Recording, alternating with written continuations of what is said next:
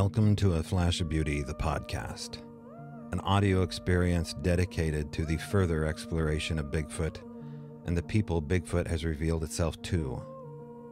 What started as a documentary of personal narrative encounter stories and expert testimony has now shifted into a deeper inquiry into the forever changed lives of those that have witnessed firsthand this hidden truth. My name is Tobe Johnson, co-producer of Flash of Beauty Bigfoot Revealed.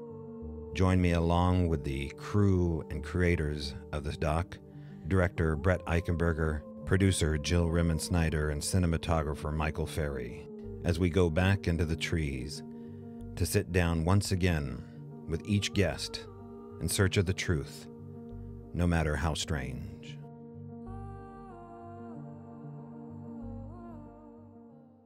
Welcome back to A Flash of Beauty, the podcast. My name's Tobe Johnson, and with me again is the director, Brett Eichenberger, and producer Jill Rimmon-Snyder. Hello. Hello, welcome. Hi. Well, we got a great guest here again, and we're trying to do these in chronological order and the way that you watch the documentary here. So as we go through the panel and list of witnesses and guests, that's the way we're going to do it here. So our next guest is the bow hunter that we open up with, Mark Parker. And there's a lot to say about Mark here in part 1 and part 2, but we mostly follow his story as it was left off in part 1. Isn't that right, guys? That's right. Yeah. Mark did have an incredible encounter. A lot of the sightings that people have are flashes of beauty, and Mark's sighting was extended. He had about a good 15, 20 seconds of a sighting where he made eye contact with this being. So he's going to elaborate on that. And unfortunately, we didn't have enough time in our documentary to really get into some of those details and some of what was occurring prior to his visual. Yeah, in fact, there's some news that kind of broke while we were doing the interview regarding some missing SD cards, which, it may be interesting. If you want to watch the YouTube channel, there's probably going to be some interesting photos on here for you to look at. But Mark has a story to tell as it relates to a couple experiences he had. And he even had experience beforehand, before his initial sighting in the same area. We get to that and talk about the difference between bow hunting and rifle hunting and whether or not that played a part in that. And also, we kind of tease with one of his sightings for the sequel and some really interesting things, what you're talking about, the SD cards and the photos he took, and also some other events that surround his second sighting and what that's played into as of late. Yeah, Mark is not only, just an active bow hunter. He's kind of on the rehab right now. He's probably going to be out in the woods here this summer doing it again. But, Mark is a sponsored bow hunter out of one of the well-known bow hunting clinics, I call them, or bow hunting shops out of Springfield, Oregon, a place that some celebrities go to. Certainly, I've been in there a couple of times to see if they had any Bigfoot reports. And, so for Mark, this is not just something that he does as a passing fancy. He's I don't know if I'd call him a professional bow hunter, but I think he's a professional bow hunter. And, for me, as far as class of witnesses, bow hunters are at the top of the list as far as witnesses because of the differences between how close they have to get to being, predator and prey. So it's a great episode. What do you say we get into it? Jill, you got one last thing to say? I would just say also because Mark grew up in the woods hunting and avid hunter or was up until his encounter, I would really encourage other hunters, whether you're a believer or not, to listen to his story and, just keep it in your back pocket for if something happens to you later or if you know someone who claims to have seen something. Yeah, and just to build on that, Jill, I think that's part of our our theme with our film is we want to be able to kind of get people out there to talk about it. The conversation needs to become more and more normal, similar to following in the footsteps of some of those that have had UFO sightings. We want to try and do the same with Bigfoot because we know that this is a phenomenon that's occurring across the country. Many, many people have seen them and they haven't told a soul. And we would like to get those stories out there. So if anybody has any questions for you or Mark or myself, how can they reach out?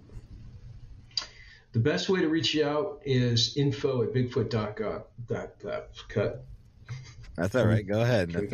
We all drink a little bit. I started saying that and I was thinking if that's the best way to do it. Info@bigfoot.com. The Facebook page is. I think the Facebook page, yeah. That's that's going to have the quickest response time.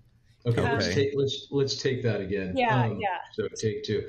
I think the best way to reach us is through Facebook, and you can send us a private message. Send us a private message and or search us on Google. We're not hard to get a hold of. And that's at Flash of Beauty, right on Facebook.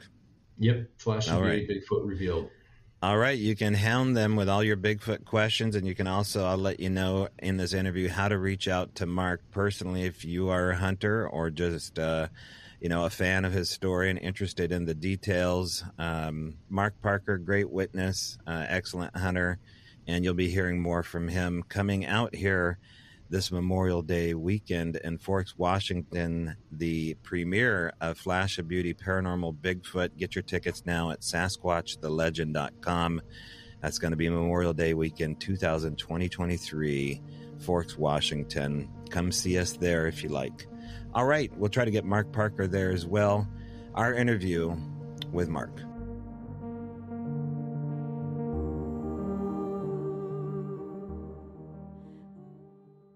Hello, Mark Parker. Hey, how's it going? It's good to see you again, Mark. And we've had a lot of comments about your initial interview. But for those of the people that haven't seen Flash of Beauty, I hope that you do. Go watch it now, and you'll be intrigued by Mark's encounter for certain. But just remind folks and let people know initially what your encounter was and describe it for the people if you can regarding your Sasquatch encounter. Okay, I was over in Eastern Oregon doing some elk hunting and been hearing some weird noises every morning back behind me from where I was normally sitting. So I decided on that Sunday that I was going to head back in there and get set down and see what was going through. So I got back there about an hour before light and got sat down and was sitting there and gets light. I'm not hearing any movement or anything like that. Off to my left-hand side, I catch a little movement out of the corner of my eye. So I turn my head real slow and I'm looking and I see something peek its head out and go back, and it was brown. And I thought, well, it was just so fast. I thought, oh, it's just another hunter, but I never heard him walking, and there's a lot of windfall down in there. So it's impossible to be quiet. Everything's breaking, snapping, all that sort of stuff. So I'm watching. It pops its head out and sticks its head out for a second, goes back, and I'm like, that's not a hunter. What the heck is that? And a few seconds later, it sticks its head out again, and that time it stayed out. It stayed out for probably, I'm guessing, 15 seconds, something like that. And it just sat there and stared at me, and I'm dumbfounded because it's like, I always believed it was out there, but it was one of those until I see it, then I'll truly believe it. And I'm just looking at it in awe. I didn't know what to do. I just froze up and sat there all dumbfounded looking at it. And then he finally pulls his head back, and I just sat there and started shaking, and I never heard it walk off, nothing. So I sat there for probably 5 minutes at least, maybe a little longer.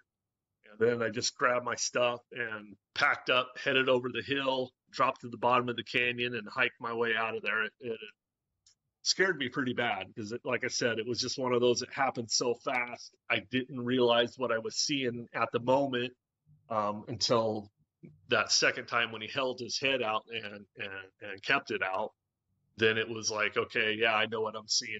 And I got down to back to camp, and my buddy was there, and told him the story, what happened, what I'd seen, and there's not too many people I've really talked to it about, as far as the guys I hunt with, just because a lot of them are non-believers, and it's one of those, I'm not going to waste my breath on people that are going to sit there and poo-poo me and, oh, you saw a bear and that sort of stuff. I know what I saw. You're not going to change my mind. No one's going to change my mind. I'm going to start off with a question real quick for you, Mark. Being a hunter in the forest all your life, why are these guys too cool to admit that there could be a Bigfoot out there? Are they afraid? Are they scared? I think part of it, they're afraid of being, that guy that's, you're crazy. You've seen Bigfoot. Yeah, right. They don't want to be labeled that guy. So I think that's part of it. And I think they're afraid to admit, there may be things out there that they're seeing or whatever that, there's a lot of closed-minded people. I mean, to everything, whether it be Bigfoot or the paranormal or UFOs or anything like that. I think people they don't want to admit, even though they may physically see something or whatever, they just don't want to admit it, Mark, what do you feel about being that guy now? Are you becoming accustomed to being that guy? How has it affected you? I'm okay with it. At first, I was kind of scared to say anything because, like I said, I didn't want to be ridiculed or anything like that and be poo-pooed on, so to speak. So I didn't really say a whole lot at first. What really kind of got me opened, I actually went and got a tattoo on the back of my calf of the state of Oregon with a fir tree on it and Bigfoot stepping out from behind the tree with a star where it happened. And I ended up posting it on a Bigfoot Facebook page for Oregon, and I had a guy contact me. So, we messaged back and forth a little bit on Facebook, and then I gave him my number and I talked to him, and then that's when I kind of started to open up a little bit about it, because there's, there are other people out there that obviously have seen and stuff like that. So that made me open up a little bit more about it. And that's how I ended up meeting Daryl, was through this guy, Mike. So I kind of, I'll get in groups of people and I'll kind of throw out feeler questions like, what do you think about Bigfoot, or, something like that, just to see how they react. And if they say, oh yeah, I know he's out there or whatever, then I'll tell my story. But if they, oh, that's bull crap, he's not real, you're crazy, then I keep to myself about it. I won't say anything. But yeah, no, I mean, if people ask me about it, I'm not afraid to tell them about it. I'll absolutely tell them the story. So it doesn't bother me. Mark, do you think that within your the people who hunt and other hunters, I guess you could say, do you think there's a lot of them that have had sightings and experiences that know what they saw but just are afraid to speak up about it? My direct friends, I don't think so. I don't think any of them have had an encounter. The one guy that ended up coming over for a couple days and met me to hunt over there, he completely believes in them. He knows they're out there. He's heard things in the woods that he can't explain. And so, he's a total believer in them. And I do confide in him quite a bit about it, so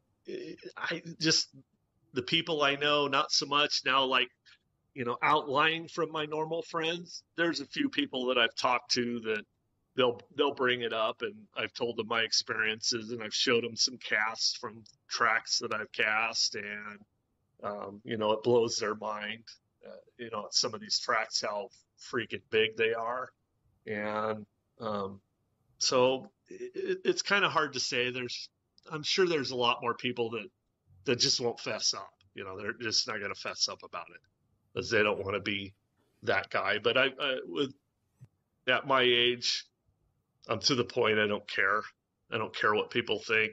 So if they want to know the story, I'll tell them the story. If they think I'm crazy, I'm crazy.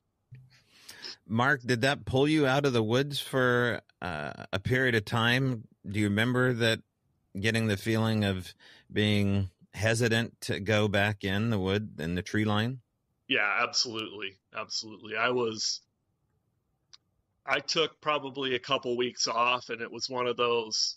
I had a really bad experience with a bear. I had a sow run me down because I got between her and the cub and didn't realize I did. And, um, I went and talked to some people about it, and they said, "You're going back in the woods right now." And they pushed me to get back in the woods. So it was kind of that same thing. I thought, I'm not going to let this thing beat me. If it meant me harm, it would have certainly came after me, because as close as we were, or I was to it. So it was one of those, I kind of, in my head, kind of talked myself through it and then ended up back in the woods. And to this point, no, it doesn't bother me again at all. And even if I saw another one in the woods right now, wouldn't faze me as far as keeping me out of the woods. I've got more questions here, unless anybody else does here. Mark, you and I come from the same neck of the woods, the Greater Willamette Valley, south of Portland. Previous native Oregonian here, dislocated up in Washington State. But, I know some of the territory that you're going into, and in particular, I know some of the shops that you mentioned earlier to me that, you go into the bow rack, which is, one of the better known bow hunting stores out of the Willamette Valley. Actually, out of the United States, they have people from Canada, Hawaii, everywhere that fly in and go to that shop. Joe Rogan goes there. They've had a couple professional wrestlers, some famous country singers. There's a lot of people that go to that shop. It's a very well-known shop. Yeah. So, has it come up that I know that you mentioned that you did a design and they took a liking to the design that you had there and now are selling shirts, but has it come up in more than a passing fancy as far as a network of other bow hunters that want to grab a beer or something and talk about their encounter?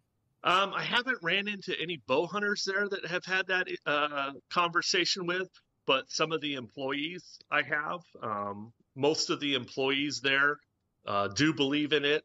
There was a guy, and unfortunately I wasn't there, and I'd love to have been there, but brought in some photos off of his trail cam of one, and it was just crystal clear. They said there was no question what it was. It was just crystal clear pictures of Bigfoot. The owners of the shop are very, I've never brought up that I've seen one because I know they're very, they don't believe at all. Yeah. Well, as far as a throwdown to Joe Rogan, who I know is more than had passing interest in the subject matter, here you go. Here's your witness right here. And, it's just a matter of time before this subject matter goes mainstream, like the UFO phenomena. So, what's it going to take? It's going to take another guy like Mark Parker. And I can tell you, just so the audience knows, I used to set up booths and, talk Sasquatch to people at beer festivals and Sasquatch festivals. And there was no one more compelling than the hunter that came up to your table and wanted to describe it. But even more so was the bow hunter, because the bow hunter is a next level predator compared to the rifleman.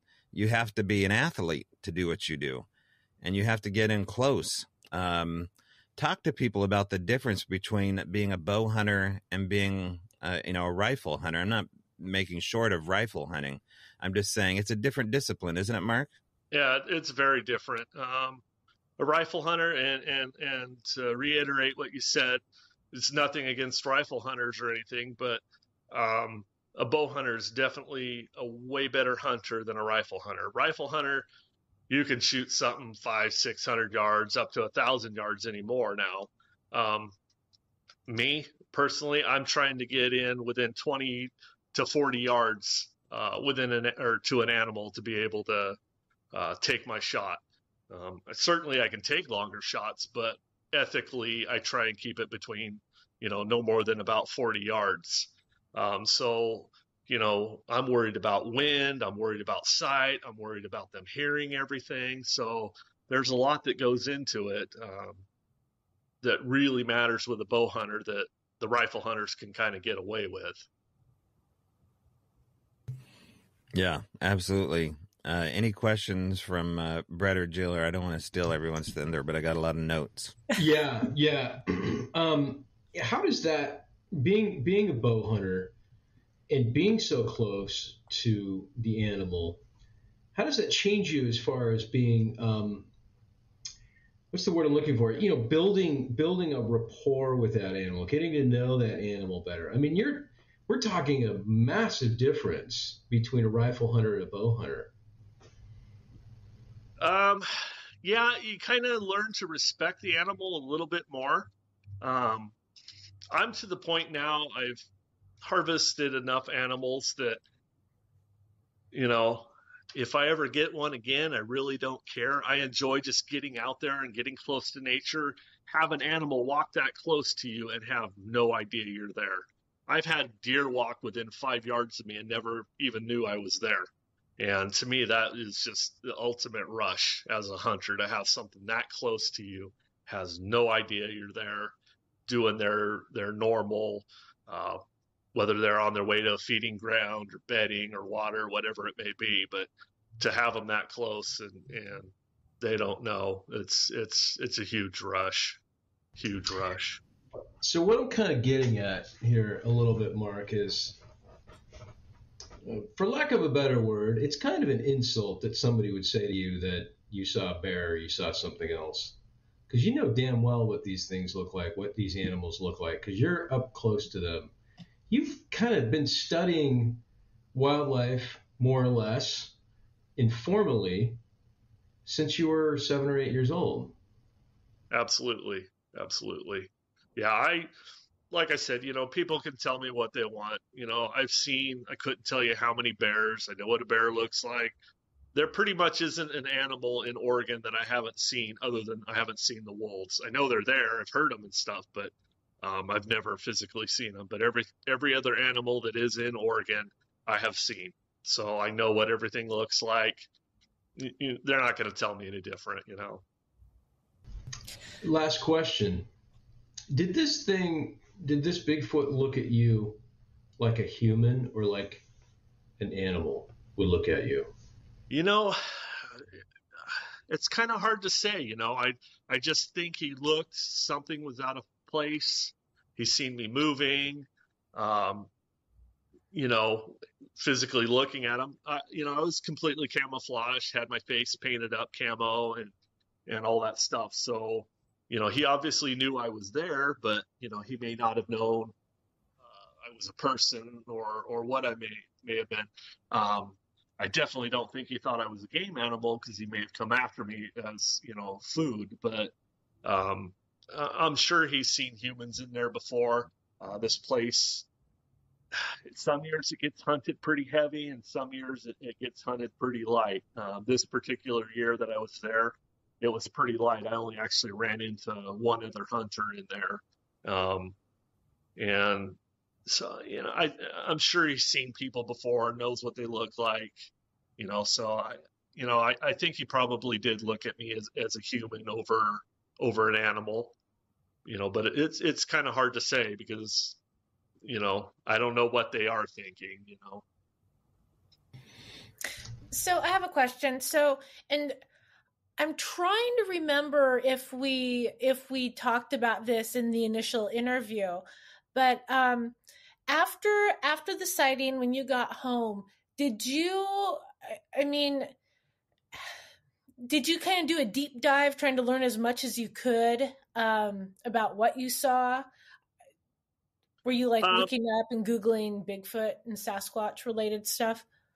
At first, no, because I was sort of in denial of what happened. It was like, I almost didn't want to believe, but I believed because I saw it. And then, like I said, once I got that tattoo, because I got it probably within a week of it happening, and Actually, the tattoo artist himself completely believes in Bigfoot. So I kind of got to talk to him a little bit about it. And then once I posted that on that page and got the answer from Mike, then yeah, that's kind of what started me in reading some books, watching some YouTube videos, looking at some stuff on Facebook, on the internet, just all kinds of stuff. Yeah, that's what really got me started into it. So,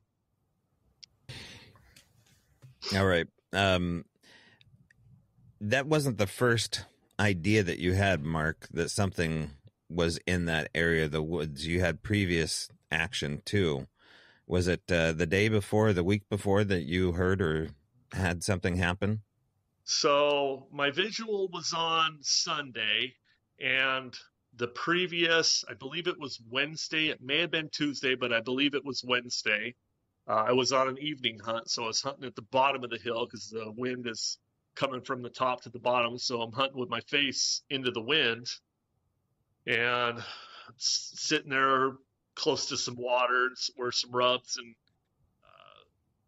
heavy trails were. So I got set up there and flipped my backpack on the ground and got set up, had my bow in my hand, and heard something coming up from behind me. And I heard like a little twig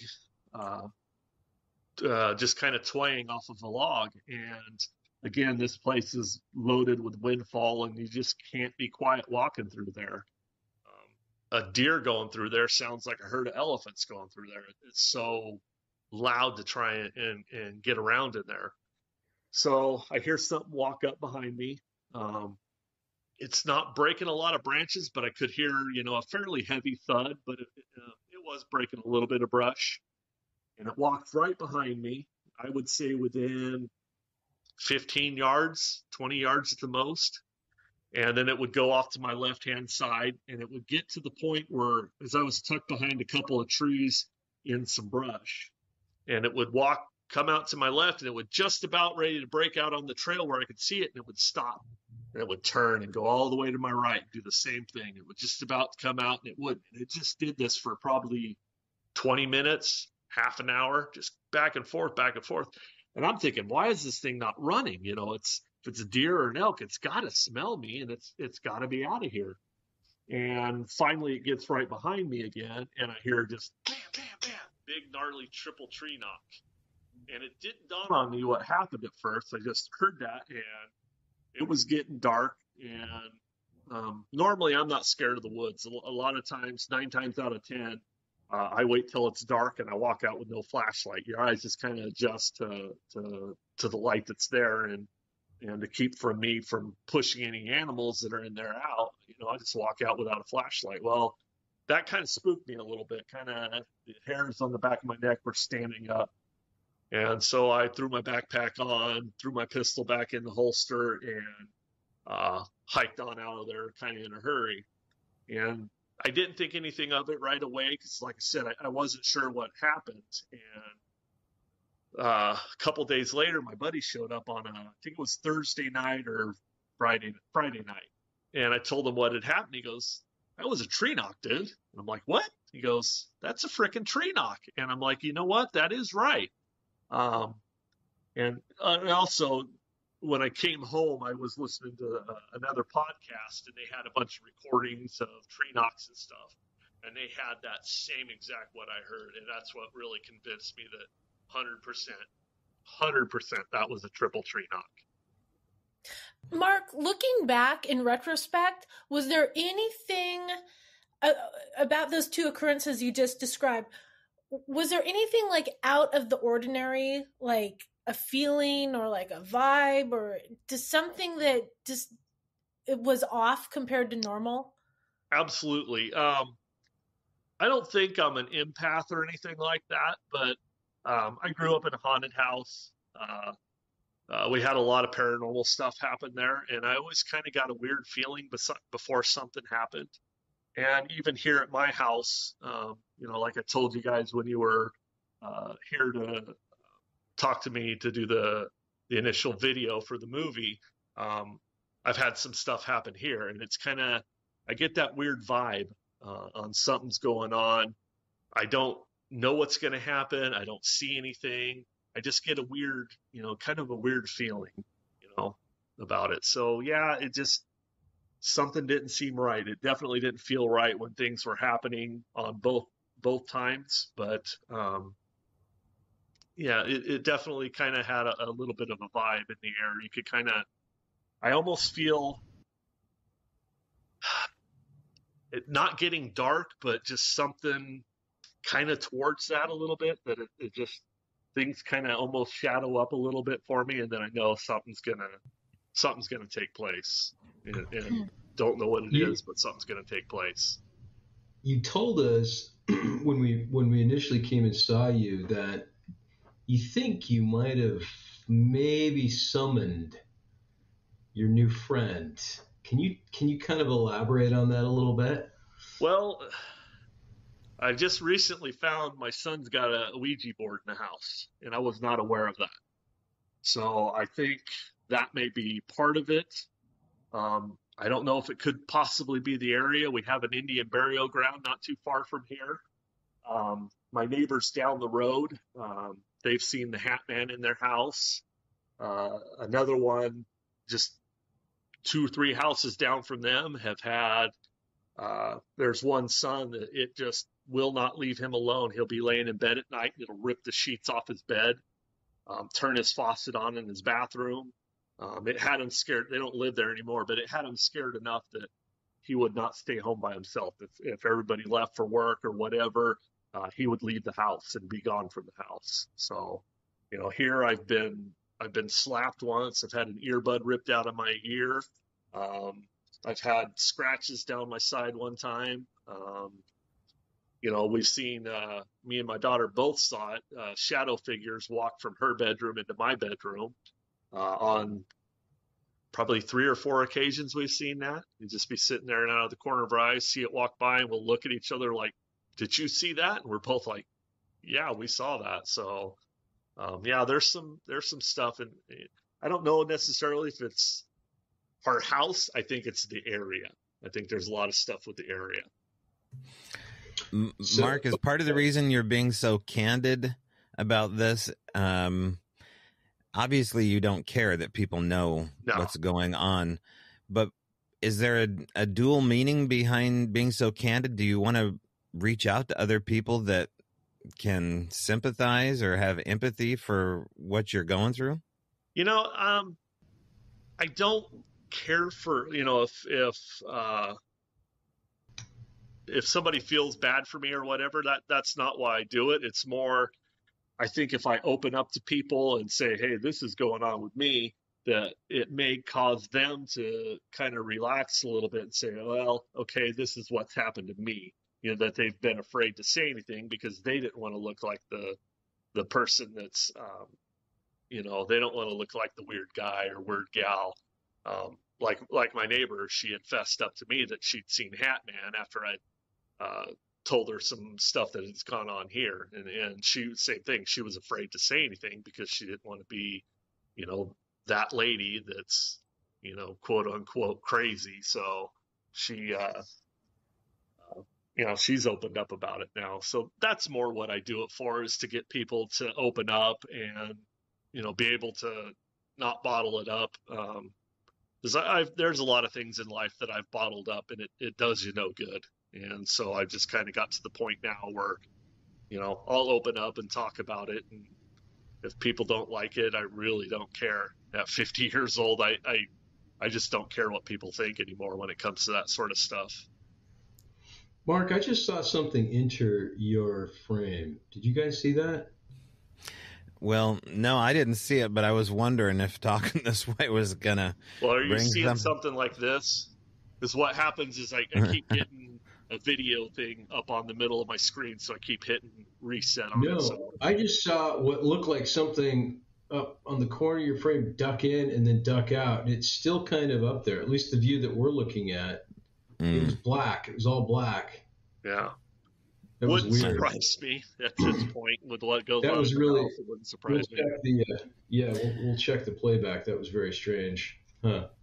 Okay. Well, I mean, looking into this stuff, looking into the supernatural, looking into shadow beings, you're saying the Hat Man, this is stuff, that smacks of the paranormal and the supernatural outside of people's usual comfort zone. The Flash of Beauty, Bigfoot Revealed, was not a supernatural experience for the most part. As far as a documentary, it was a personal narrative story. And so people are going to be shocked that we're going to go down this rabbit hole. But I feel like, we're about 30 minutes into this interview, and I think we should probably just kind of plow ahead here. Do you feel like there's a connection between the supernatural and Sasquatch? And if so, why? So when my first encounter happened, when I, had heard it the one night and then seen it a couple nights later, to me, it was flesh and blood. I didn't care what anybody else said. The people that thought it was paranormal or anything like that, I thought they were crazy. Now, after seeing some things that I've seen in the Owl Moon Lab area, it has completely changed my mind. I do think they are paranormal, or they're not a flesh and blood, I should say. Hold that thought, because I don't want you to give too much away here, because part 2's coming out, and you referred to working with Daryl, and you meant Daryl Adams. So if anybody knows my story, buddies with Daryl, Mark was down in that area, and just kind of let people know the periphery of, why you may think that.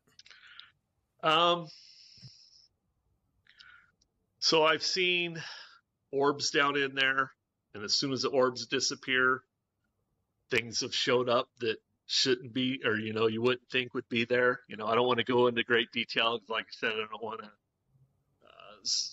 because it's going to come out in the movie. So, well, but let's tell people a little bit, Mark, because you were, after you met Daryl Adams, you were, you had the keys to the kingdom of a really pronounced hotspot. And so initially you thought, well, we'll go down there with some game cams and we'll see if we can get the money shot. And Daryl by then had already started feeding them and baiting them and leaving peanut butter everywhere. And you kind of followed suit. So there was some talk about some of that initial weirdness, which probably isn't in part 2, regarding your game cameras. Okay. So there was, in there, Daryl had been using peanut butter and cookies all the time. So they really liked that. So I thought, well, I'll just take some peanut butter cookies with me, and took my trail cam in with me, and I set all the cookies up on this bush, and then I buried my camera in a stump. I mean, literally buried it where just the sensor and everything was hanging out. And I had it set to take 6 pictures. So it would literally take a 6-picture burst, just click, click, click, click, click, click, and with no delay. So it literally, if something moved, it would sit and continuously take pictures. It would never stop until that, whatever it was, got out of there. Well, it's got a picture of the bush, and all of a sudden you see the bush shift to, I believe it was to the right, really quick. And then as soon as it came to the left, there was no cookies left on the tree. And then it stayed right there. It never, the brush never moved again. It just shifted to the right, shifted back to the left, and everything was gone. And it was right in the middle of a series of pictures. So it wasn't like, it had stopped in the middle and then, something tripped it again, and it did it. It was literally in the middle of a series of pictures. How did that happen? I have no idea. No idea. We are still waiting for your SD cards to show up, by the way.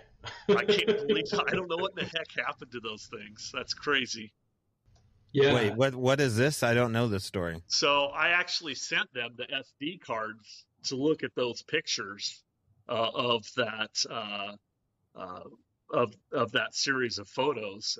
Put it in the mail, and I have no idea what happened, but they never ended up getting them. We never got him, and he never got him back. I never got him back. Yeah. And we looked into contacting the postmaster and check behind the mail box or what, you know what I mean? Like those big tubs where they dump all the mail. We're like, can you take a closer look? Maybe it fell out in the truck.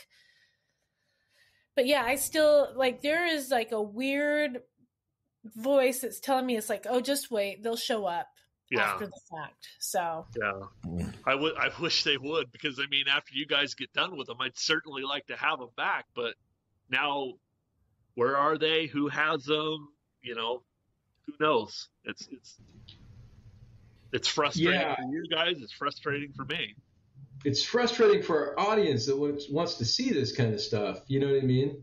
Yeah. It's funny, Mark. We went down to Jill and I went down to Bluff Creek in June, and I set up a trail cam, and we were just above Bluff Creek. We were camped out with Thomas Potter and his wife, and all night long we didn't get anything except for us moving around the campsite. And so I just left the trail cam there. And I think it was probably, I don't know, 25 yards from our campsite. It wasn't that far away. And we put an apple in front of it, like right dead center. Broad daylight. We put an apple. I was like, let's put an apple in front of the camera and see what happens. So the apple is like literally right in the middle of the road. Okay. And sensitivity is at high. So in order to get to Bluff Creek, we had to drive down a road, and we're at the top of a peak. And Bluff Creek is, I don't know, maybe 1,500 feet down in this kind of valley. And so we have to drive past the camera in order to get down to where you can no longer drive anymore and you can hike down to Bluff Creek. So so I was like, let's put an apple out. It's 10 o'clock in the morning. Apple's right in front of the camera. And we take off. And so on the camera, we pick up the cars driving by. We pick up me putting the apple and walking away. It's all there. So we get back around, I don't know, 2:30, 3 o'clock, and I'm like, let's check the camera. Let's see what happened. Well, the apple was gone. Just first and foremost. Yeah, of course. I was like, I need to check the camera because the apple was gone. It was like maybe some raccoons or a deer got it or something. And as I'm going through the camera, I see Robert Lederman, who left us first. We see him come by. He drives by and he takes off, and it documents all that stuff. And then I think it was after he had left, I think the apple was still there. Or maybe it was regardless of the fact that it was picking up all of the motion. And the apple, it went from one frame to the next. One frame the apple's there, the next frame the apple's not there. In the middle of the picture. So I can't figure out how, I mean, Bigfoot or not, if it was another animal, it would have been next to impossible unless it was an eagle or something that swooped in so fast and grabbed it. But that's even next to impossible because any other animal would have meandered and just, an apple, and, walked over and nibbled on it and whatever.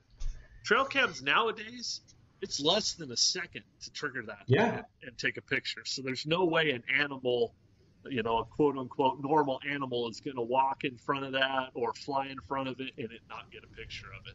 There's no way. That's exactly right. And I bought a high-end camera because it's like, I don't want to screw around with, I want to get the best technology. It's a 4K camera, quickest release time, you know what I mean? And it there 1 second, gone the next. And, it's like, we can't really go too public with this because people are going to be like, wow, you deleted the picture or something. There's no evidence there. It's just gone. So am I under the understanding that no one has the photos from that game cam? I do. Mine? Yeah. So, I mean, I have the photos. I don't have the SD card. So that's something that I assume that, Mark, you had copies of, that Daryl Adams had copies of. I certainly have copies of them. Yeah, I sent them to you guys. Yeah. I don't have a copy because I just saved them on my SD card because I had the SD card. So I wasn't, I wasn't concerned about. So one of the things, too, that happened in the photos, Mark, is that there were some strange light anomalies coming off of the right-hand side of the game can, entering from the right to the left. Yeah. Talk about that as far as, I don't work with game cams, so I don't know what's normal and not, but it has an IR sensor on it. And I suppose overexposure does happen. Talk about that image. So it's going to depend on how close things are. If it's super close, it's going to blur out whatever it is. I mean, if it's a bug or anything like that. But if it's out at any distance at all, and if it's, a light anomaly or anything, and it takes a picture, I don't know how to explain it. I mean, the only ones I can really explain away are possibly bugs up close, but you can usually tell those because it'll take up most of the screen, most of the frame of the picture. But if it's out at distance at all, it's hard to say. It's not going to pick up. The infrared can only go so far, and it's not going to pick up something tiny like a bug out at, 10 yards or more. So it's hard to explain away some of that stuff. It definitely is. Yeah. So, yeah, I didn't know that nobody had a copy of these here, so I will disseminate those out. Now, obviously, you're going to want the original stuff, but as far as Men in Black stealing evidence, Yeah. you got copy. Yeah. Probably should have asked you about that when we were editing the first documentary, but that's okay. Better late than never. I'm glad that somebody has copies. Yeah, I kind of forgot that I'd sent them to you and Daryl both, but yeah, I remember Daryl sent me quite a bit of pictures too that he's had from down in there. Yeah, yeah. And you found tracks too. You and Daryl you found weavings, you found tracks, and then eventually you had a sighting, and that's going to be explained in part 2 as well. So it's not like, I mean, your adventure has just begun, really. Do you think that, in a way that you're kind of marked? I kind of think so. I think it's one of those, it may be, like I said, originally it was flesh and blood, and now I don't believe that. I think it's something else. And I think they get comfortable with a certain person and their personality and, kind of understand them. And I think they'll open up a little bit more towards you. So I think so. I think they do kind of take a liking to me. Most people that know me will tell you I'm very laid back. I don't make fun of people. I'm just a normal guy, so to speak, just very easygoing. And I am very protective over people. That's for sure, whether it be family, friends, or anything like that. I will definitely stand there and take a bullet for anybody. That's just how I am. So, I think they do. I think they pick certain people to open up to, and certain people that they don't, trust or whatever. They're not going to show themselves to them. No, I wonder too, and this just kind of came to me. I wonder if there's more of a reverence for the bow hunter than there is the rifleman. Obviously, going back to indigenous people, but they're, if we're talking about something other than just a primate, if we're talking about something that has culture and language, and you talked about strange sounds you'd never heard before in the woods, and I've had bow hunters tell me that they've heard exactly what Ron Moorhead has played all these years in the Sierra Sounds and welled up in tears and said, they've been waiting 20 years to hear that. But I digress. You as a bow hunter, do you think there was a sense of kind of, wonderment over the fact that you're doing something different than a rifleman? I mean, and we haven't even asked really what the face looked like. I mean, there's all sorts of questions I have for you here, but talk about being a bow hunter and your experience with seeing the Sasquatch. My guess is they're probably less fearful of a bow hunter. They're out in the woods. They know what's going on when the rifle hunters get out there and stuff and, have their boomsticks and stuff like that. They see what goes on. They see them shoot something and it drops. So I think they know, to kind of stay away from that situation. Like in Montana, they have a huge problem right now with grizzly bears. As soon as the grizzly bears hear that gunshot, they know something's laying on the ground and they come into it and basically are taking the animals away from the hunters because the way the laws are there, you can't do anything about it. Basically, you lose your animal that you just harvested to a grizzly bear. You can't do anything about it. So I think the Bigfoot or Sasquatch understand that same thing. They see that animal drop.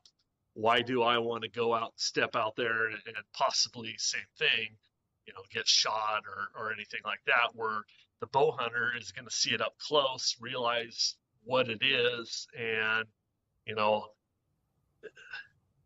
even if I was in danger, what am I going to do with a bow? I mean, realistically, what am I going to do to something with a bow? Any animal is going to be on me so stinking fast that I can't do anything about it. I'm literally going to take the brunt of whatever hits me. You mean you're not like Legolas and Lord of the Rings, just zoom, zoom, zoom, one after another, or Hawkeye? Nope. All right. Nope.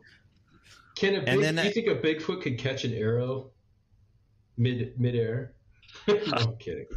I can. See, I don't know, man. Jill can in her teeth, actually, if it's going this way. Yeah. And let's go back real quick to the description of the face here, because we didn't get that in the first part of the documentary, and I don't know if it's going to be in part 2. Did you guys do a deep description of what Mark saw as far as the facial features? We didn't get too heavily into it, I don't believe. Is there something there? We did. Yeah, but is there detail, Mark? Yeah, so some of it I did see, good detail in. Some I didn't. So the conical head, he had a brown, leathery-looking face. Not super dark, but it was a definite brown. It was lighter than his hair. His hair was a very dark chocolate color. Eyes-wise, he was far enough away that I couldn't see it. I couldn't tell you if he had whites in his eyes or anything like that. He was, I want to say, around 40-ish yards, if I'm remembering right from me. I could tell his nose, same thing, looked like a human nose, but looked like a boxer where he'd had it beat flat on him. Real thin lips. As far as hair, his kind of hairline went around here, around his eyes, down and back around his mouth, almost like coming around almost like a beard on the sides and stuff. Long hair, it looked a little thin. I could see just a little bit of shoulder because he was leaning out, from behind a tree, so I could see just a little tiny bit of this. Not a whole lot. It was mostly just his face, but he was probably, his head, I would guess, 8-ish foot off the ground, somewhere around there. So, it's a fairly tall one. Wow. And no real deep expression. Was there anything that you go ahead? Just kind of straight faced, just not smiling, not frowning, just kind of almost, his lips were almost straight, just kind of staring at me, just kind of almost deadpan, just looking at me. And then he just kind of, like I said, he just kind of disappeared behind the tree and couldn't tell you where he went. Yeah. One of the things too, I want to offer up to people, including you, Mark, for witness descriptions is my buddy Alex Whitcomb. I'd love to put you together with him and see if he could sketch what you saw, just to maybe not relive it, but just to kind of put, a button in that episode with you. He's really good at witness descriptions. So if that's something you want to do down the road, we can do another private session like this and sketch it out as a group. Yeah, sure. I'd be up to it. Mark, would you ever consider going under hypnosis with Doug Meacham, who we featured in the first documentary, especially regarding the second sighting you had with Daryl down at Owl Moon? Yeah, absolutely. Absolutely. Yeah, and Doug Meacham will be coming up here soon as far as a guest with us. And boy, oh boy, a lot of questions for Doug down the road. But if people have questions for you, Mark, is there a way that, let's just say a bow hunter is sitting back and say, I never talked about this with anybody, and this is a guy I trust, or just people have questions for you because they love this subject matter. Is there a way someone can reach out to you privately or on social media? Yeah, I'm on Facebook, Mark Parker. I think I have it open where you can see my cell phone number and my email. My email is blacktailmark@gmail.com. I'm on Instagram, and it's under Blacktailmark. Yeah, just reach out to me. I'll certainly listen to what you have to say, and if you want to hear some of the other stuff that's I've seen or anything like that, yeah, I'll certainly talk to you about it. blacktailmark@gmail.com if you have questions for Mark Parker. I appreciate your time. We appreciate your time here tonight, Mark, and of course we won't be strangers, and stay tuned, folks. You got a wild ride coming up this year with the extended interview with Mark Parker. Thanks, Mark. Really appreciate your time tonight. Thanks, Mark. Thanks. Take it easy. All right. Thanks again, Mark. See you guys.